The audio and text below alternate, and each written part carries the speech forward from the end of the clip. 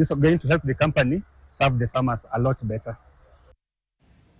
Now, Kenya is expected to host the second edition of the Africa International Agricultural Expo at the Kenyatta International Convention Center. That is October 28th to 31st, organized by Agri Exhibition Limited in partnership with Hongjing International Exhibition Company Limited. Speaking at a breakfast briefing earlier today, Agri Africa CEO Tito Mutai noted that the expo is expected to empower smallholder and medium-sized farmers by creating a collaborative space for solutions, learning and partnership.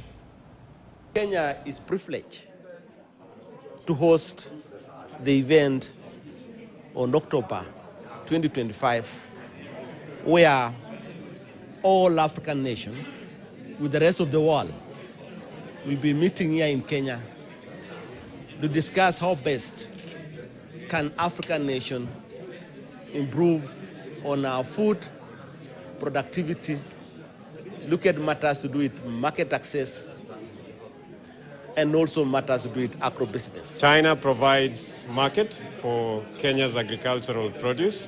More so, we have many cash crops that are being exported to China. We see that tea is doubling in its exports to China.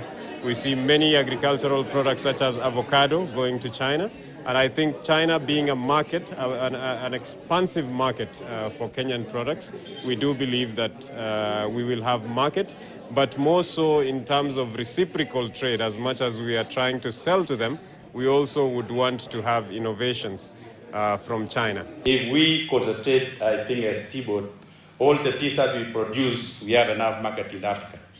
The other countries can miss. If we agree with 1 kilo each per household, based on the population which is in Africa, we can easily clear the Kenya teas.